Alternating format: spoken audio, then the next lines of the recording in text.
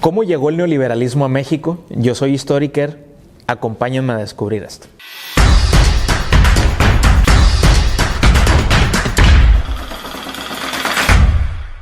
El modelo económico neoliberal es el modelo económico, es la forma, es la estructura, son las relaciones que hemos tendido hoy en día a partir de la década de los años 80 para generar riqueza en muchos países del mundo, a lo largo y ancho del mundo, favorecido o impulsado principalmente por las economías capitalistas, tal es el caso de los Estados Unidos.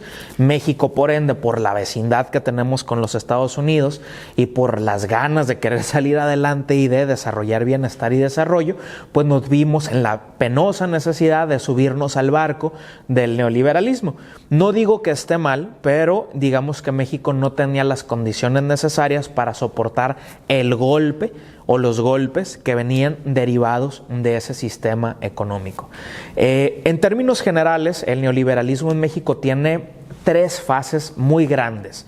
La primera es durante el sexenio de Miguel de la Madrid. Él va a gobernar del 82 y hasta el 88.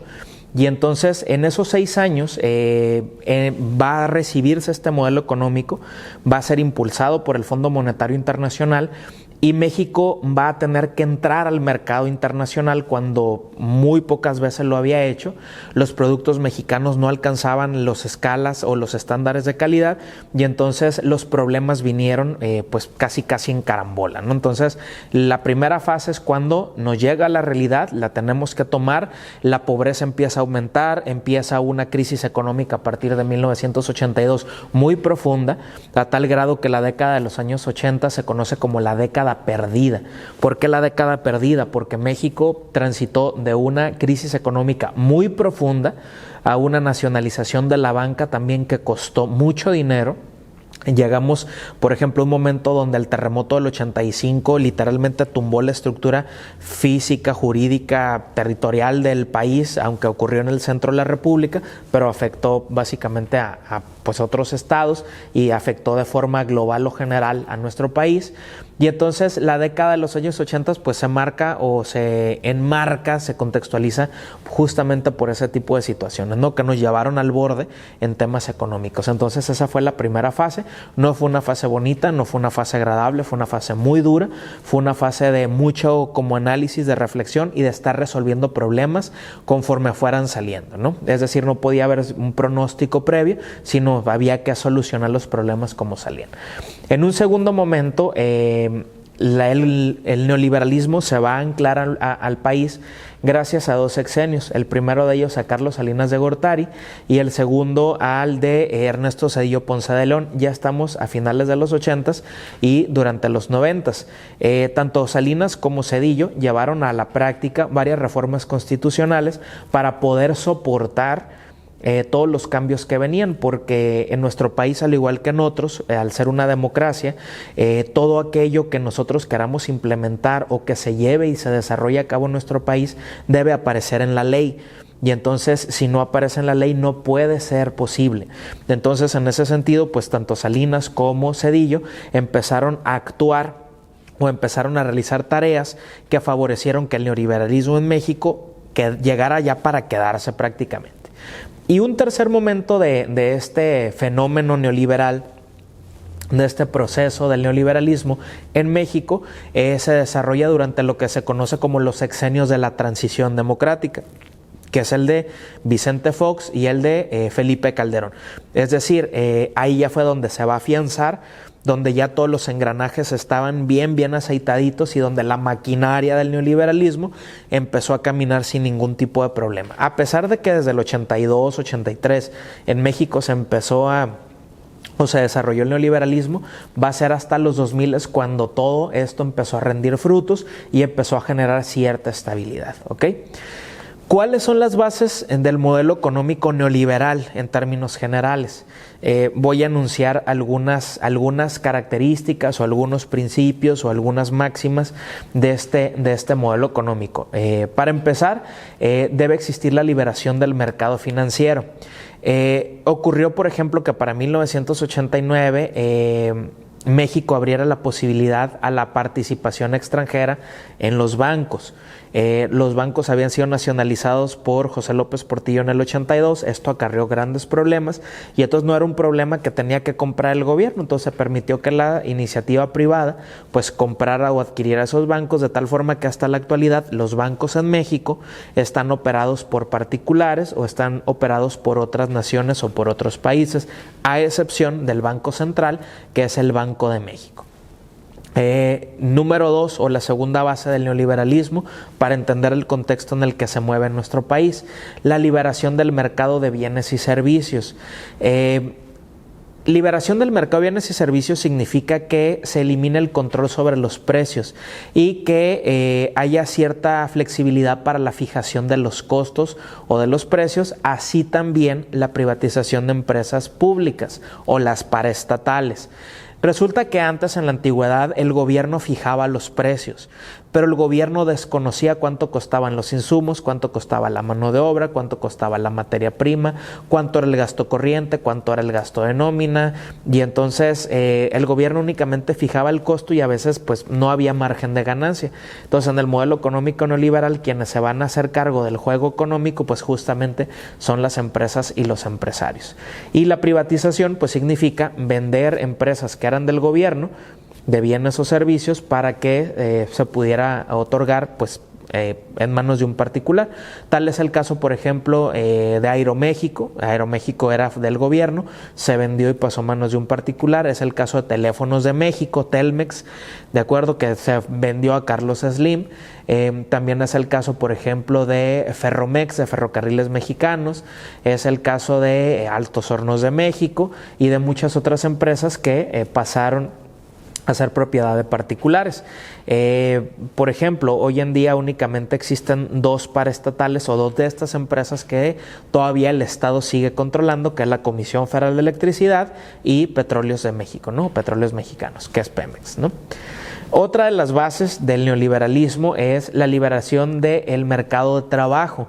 Eso significa que el Estado queda fuera, por ejemplo, de toda decisión respecto al salario de los trabajadores. Bueno, no es como que quede totalmente fuera. Existen mesas de trabajo o comisiones, como se le llama en el tema laboral, donde están los empresarios, que son los patrones, está el gobierno, están las instancias que cuidan a los trabajadores, y entonces se llega a un acuerdo entre todos para poder fijar el salario mínimo, que pues en últimos años se ha incrementado mucho y que por mucho tiempo pues había una comisión que tenía dividido al país entre regiones, la A, la B y la C, y dependía de dónde vivíamos era el salario que se ganaba. Obviamente la franja fronteriza y el centro del país éramos los que estábamos pues en la franja con mayores posibilidades de tener un salario mínimo mucho más alto, ¿no? ¿Cuáles son las características del modelo económico neoliberal en México? El modelo fue impuesto. O sea, México no lo buscó. O sea, no es como la sustitución de importaciones que nos llegó, la tropicalizamos, la adaptamos, pues nos fue bien, nos trató bien. No es como el desarrollo estabilizador, que bueno, pues aprendimos a vivir con él. No es como el crecimiento acelerado o el desarrollo compartido, que fueron propuestas de México para poder solucionar los problemas de México, aunque generaron otro tipo de problemáticas, ¿no? Pero bueno, fue una propuesta.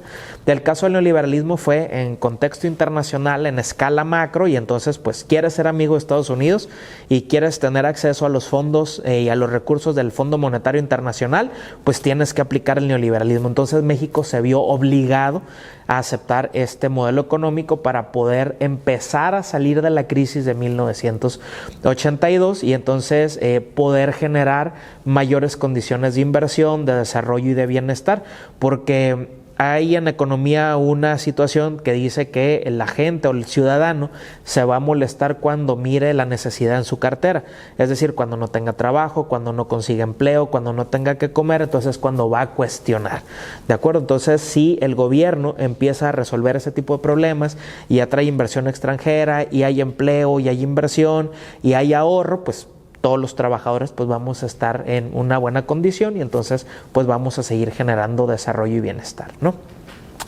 Otra de las características, por ejemplo, del neoliberalismo en México es que lo ejerció el Estado y fue autoritario. ¿Qué significa esto? Que el gobierno se apropió de ese modelo económico y lo llevó a la práctica sí o sí.